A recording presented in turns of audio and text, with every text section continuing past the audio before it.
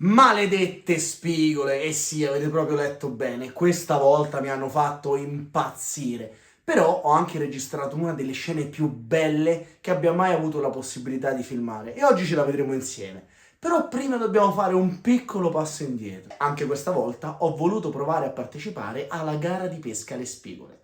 Avevo già pescato nella laguna di Mistra ad ottobre e avevo preso una marea di spigole. Poi avevo partecipato a dicembre. Condizioni terribili, pioggia, vento allucinante, tuoni, fumi, insomma, un disastro. Le spigole non mangiavano e nonostante tutto non era poi andata in maniera così tragica. E stavolta le spigole avrebbero dovuto mangiare. Eh sì, avrebbero. Ecco, quello che avete visto è l'urlo di dolore di un pescatore che ha appena visto una spigola grande come un cassonetto lisciare la propria esca per 2 centimetri. Sono raffreddatissimo stamattina. Mentre quella è la faccia di uno che non ha dormito tutta la notte, è raffreddato e c'ha la febbre alta. Ho trovato il compagno di pesca dopo la sola che mi hanno dato Simone e Marco che sta lì. Domenico, vieni qua, va! Eh sì, il compagno di pesca serviva, perché qui non solo si partecipava da soli, ma anche a squadre. E Marco mi aveva tirato una sola gigantesca, però ha cercato subito di redimersi. Guardate chi c'è, chi mi ha dato la sola proprio. No, non è vero che ti ho dato la sola. In realtà ci è mancato in mezzo, capito? Quindi pensavo In di mezzo venire. meccanico. Pensavo di venire con il fucile subacqueo perché ho seguito il tuo video, quello Mi è sull'arbalete. piaciuto quello lì? Certo. E così, dalla sua fantastica gippettina, Marco ha cominciato a tirare fuori una serie di esche strane, fantastiche, consigliandomi dove e come utilizzarle. E una me l'ha pure regalata. Eccola qua, fatta apposta per me, con i colori dell'esca con cui a ottobre avevamo fatto una strage. Però ho scoperto che in realtà questa funziona solo da giugno a novembre e poi non se la filano proprio, Maledette! Maledette! Non avrei dubbi, ecco, sul fatto di provare subito a galla, perché non vorrei che, siccome questi giorni c'è stato caldo, c'è buone probabilità che si stiano muovendo già a galla. E io, proprio così, ho cominciato a pescare a galla con un walking the dog bianco, visto che il bianco secondo me gli piace sempre, da pochi euro insomma, semplice da utilizzare, non troppo rumoroso e chissà se avrebbe funzionato subito. A proposito, ricordatevi bene una cosa, inizio gara ore 9 e picco di alta marea ore 10, fine gara e picco di bassa marea ore 16, avremo pescato nelle ore peggiori. Comincia la gara, comincio a pedalare velocissimo per raggiungere il posto dove spero che ci siano le spigole e dopo qualche minuto la prendo subito.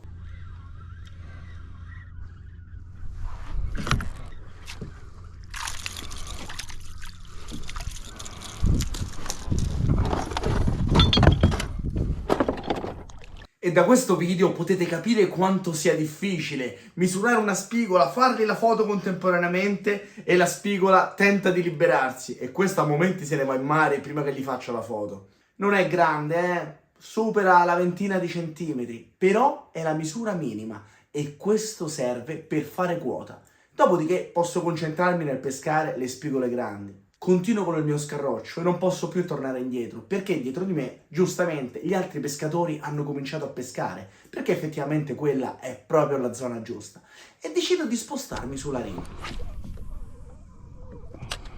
Spigole maledette! Qui sulla sponda succede l'inferno. L'acqua è bassa così, chiara, e non sapete quante spigole ho rischiato di calpestare col kayak. Le vedevo queste nuvolette che si alzavano e le spigole che nuotavano tranquille, senza filarsi minimamente le mie esche. E gli ho lanciato di tutto, A un certo punto scopro che solo quest'esca, la mia eschina comprata in Bulgaria per 2 centesimi, era l'unica cosa che gli piaceva. La seguivano e basta. Ma perché non mangiavano? Perché? Tra tantissimi inseguimenti sono riuscito a riprendere questo qui e soprattutto quest'onda enorme generata da una spigolona che ha solamente seguito ma neanche provato ad attaccare. E alla fine, dopo miliardi di lanci, spostandomi con una fatica incredibile, Sono riuscito a far mangiare un'altra spigola.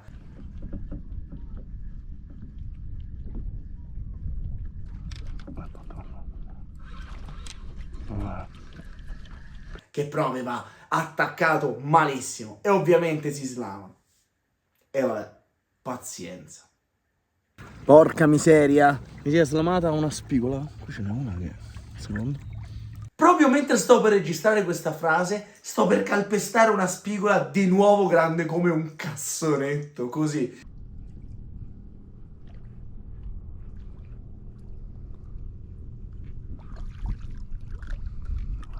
Altri 680 lanci in quel posto, utilizzando anche delle gommone così spiombate, più naturali possibili. E di nuovo, un attacco mostruoso, ma la spigola non ci rimane.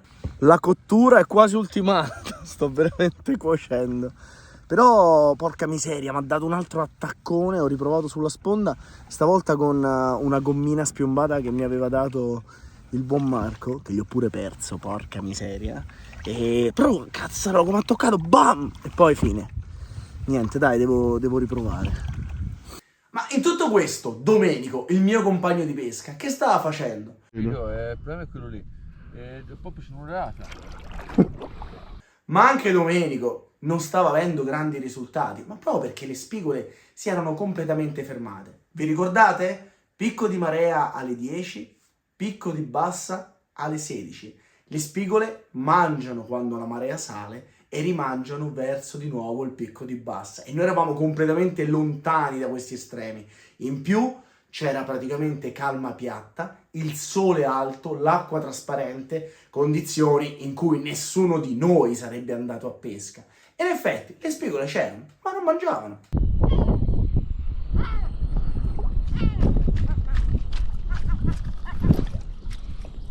Alle 2:40 finalmente si muove qualcosa. È aumentato il vento tantissimo, quindi... Mi lascio scarrocciare. Mi è venuto un crampo bestiale alla gamba destra, quindi non sono neanche più in grado di andare avanti. E uso un'esca semplicissima, lanciando e recuperando, perché ormai non ho più la forza di muovere bene un'esca.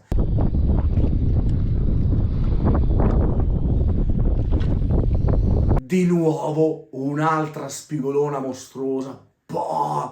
Un'esplosione atomica su quest'esca e non ci rimane. Cazzarola, una bollatona, una mangiata enorme. Mi sono ancorato subito. Però cazzarola, secondo me non ci darà mai più. Gli ho tirato di tutto e niente. E a quel punto, stanco, affamato, assolato, con la febbre, raffreddato, e pure incazzato, me ne sono tornato con la coda fra le gambe, giusto per fare qualche intervista agli altri pescatori. E anche per loro le spigole erano state bastarde? Ma scopriamolo insieme, va! Qui vige una sola regola, il lancio a vanvera. Se ci capiti sopra... No, ci può fare niente, devi lancio a vanvera, dove ti capita, se ci passi sopra. Sei d'accordo, vero? Tutti d'accordo. Nessuno ha capito questa laguna. Buongiorno ragazzi, avete una parola per definire le spigole di questa laguna? È molto difficile da ciuffare. No, io una singola parola serve. No, è meglio che non la diciamo. Sono abbastanza furbacchione. Sciopero della fame. Esatto, ci prendo per il fondelli. Per i fondelli. Spigole vegane. Spigole. Tu ne hai prese 4 con 4 esche diverse. 4 con 4 esche diversi girando tutta la laguna, in parte insieme a te. Oh, missione di oggi? Buongiorno. Prendere i pesci. O sopravvivere? Sopravvivere, no. Tu come stai? Mamma, io ho tossito tutta la notte. Mattina del secondo giorno, io e il mio compare non possiamo vincere la gara. Oh, socio di squadra, qui abbiamo fatto cacare oggi, In più, io ho anche il giudice e l'organizzatore contro di me. Ma non c'è conflitto di interessi fra il giudice e i partecipanti? No, perché il giudice con uno dei partecipanti è ancora più severo. Aia! Sei stato squalificato. Ma ti rendi conto che mi tocca? Sì. Potrei giocarmi un trucchetto. Questo signore, Angelo, ieri ha scoperto un posto incredibile, pieno di spigole, e sono tentato di precederlo con il mio kayak. Però sarei davvero un bastardo. E decido per un'altra strategia. Dovevamo partire presto, ma come nelle migliori favole stiamo partendo tardi, quindi non mangeranno come ieri. Che bello! Anche oggi la gara è iniziata tardi e ho veramente mezz'ora per prendere una spigola. Me ne andrò sulla sponda e proverò come ieri, con la stessa esca e allo stesso modo. Ora, pescare con il kayak vicino alla riva è veramente difficile. Ci si muove nell'acqua bassissima, bisogna usare la pagaia, togliere ogni volta l'elica e a questo punto provare ad ancorarsi, ma spesso non riuscivo, proprio perché il fondale era troppo duro e quindi cercavo di puntarmi con i piedi. In tutto questo bisogna aggiungere che il kayak scarroccia, quindi il nostro recupero sarà ancora più difficile, ma soprattutto le spigole nell'acqua così bassa ti vedono lontanissimo, quindi bisogna lanciare lontani, paralleli alla riva e cercare di muovere bene l'esca da lontano, perché l'attacco avverrà in quei primi 10 metri. E alla fine, con grande fatica, e questa spigola me la sono davvero sudata, ne aggancio un'altra, molto più carina di quella del giorno prima.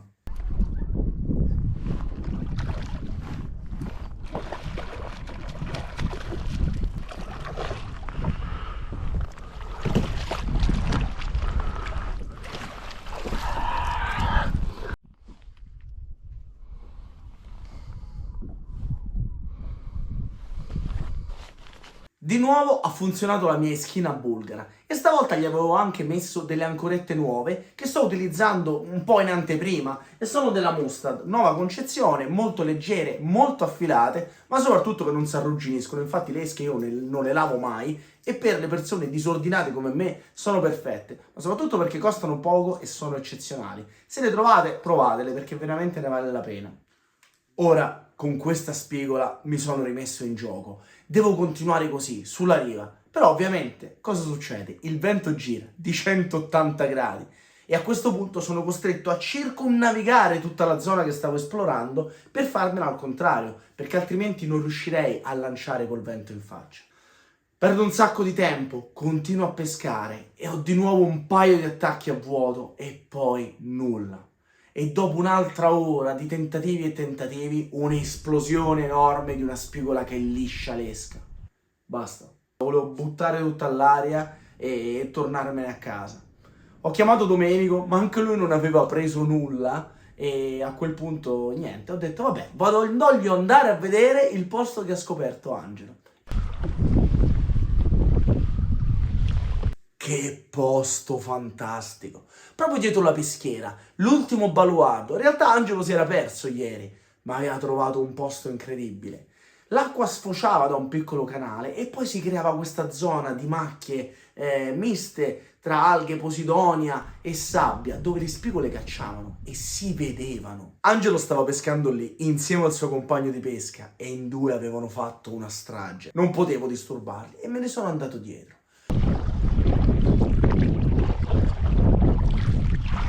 Qui ero un po' riparato dal vento e piano piano ho cominciato a vedere che dei piccoli cefaletti saltavano da tutte le parti. E a quel punto la vedo, la pinna di una spigola che sta praticamente con la testa infilata tra le alghe a mangiare quelli che credo fossero dei piccoli avannotti.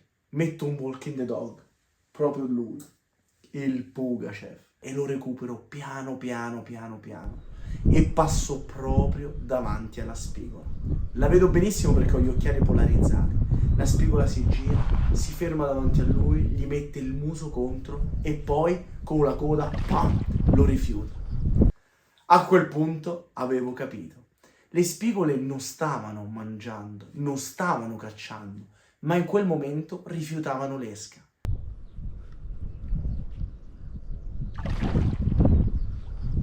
E questa ripresa per me valeva più di qualsiasi vittoria. Facci vedere la tua più bella cattura, Aspetta, la rimisuriamo in diretta. Vai. Ecco scoperto il mistero. Le spigole avevano lo stomaco pieno di questi piccoli avannotti e per questo rifiutavano le altre esche. Spigole maledette. E ormai, ragazzi, erano le 2:30, mancava praticamente un'ora alla fine della gara. Intanto anche Domenico si era dato da fare e aveva catturato 2 belle spigole, ma ormai era tardi. Livio e Angelo se ne erano andati e io avevo quel posto tutto per me. Mi ancoro con la pagaia a metà perché di nuovo l'ancora non prendeva. Ho aspettato mezz'ora e mi sono fatto gli ultimi 10 minuti di pesca.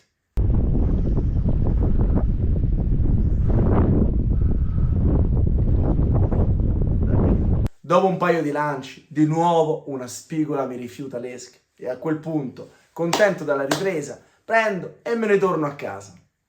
Ah, fatemi rientrare. Perso la voce. Tanto non mi serviva.